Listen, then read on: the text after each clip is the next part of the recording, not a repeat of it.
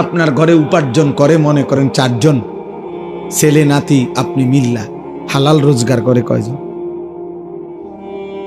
আপনার ঘরে মহিলা আছে ধরেন 4 জন, পর্দা পুশিদা মানে কয়জন?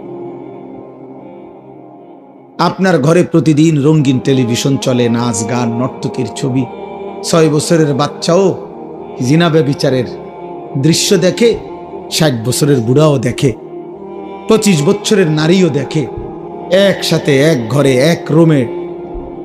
এত বড় অসভ্য বেহায়া, এত বড় বেহায়া আপনার ঘরে সবাই, আপনার আখিরাতের কি হবে? হ্যাঁ, আপনার কবরের কি হবে বাবা?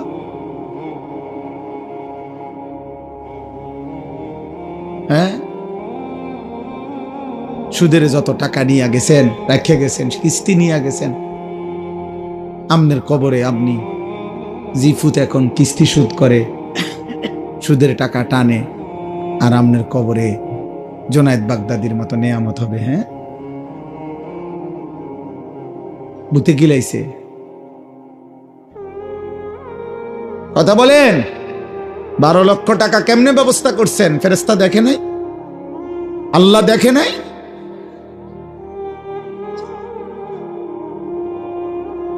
এই জন্য বাপ, ছেলেরা বাবা, বয়স্ক বাবা, প্রত্যেকের কাছে বললাম, এক ছেলে ভাবো, আমি ভোটের জন্য আসি নাই, যে বললাম আবারও যে সকলের জনসমর্থন দরকার। না না, শ্রোতা কম বেশি আমি এটা বুঝি না বাবা, আমার জীবনটা এমনই।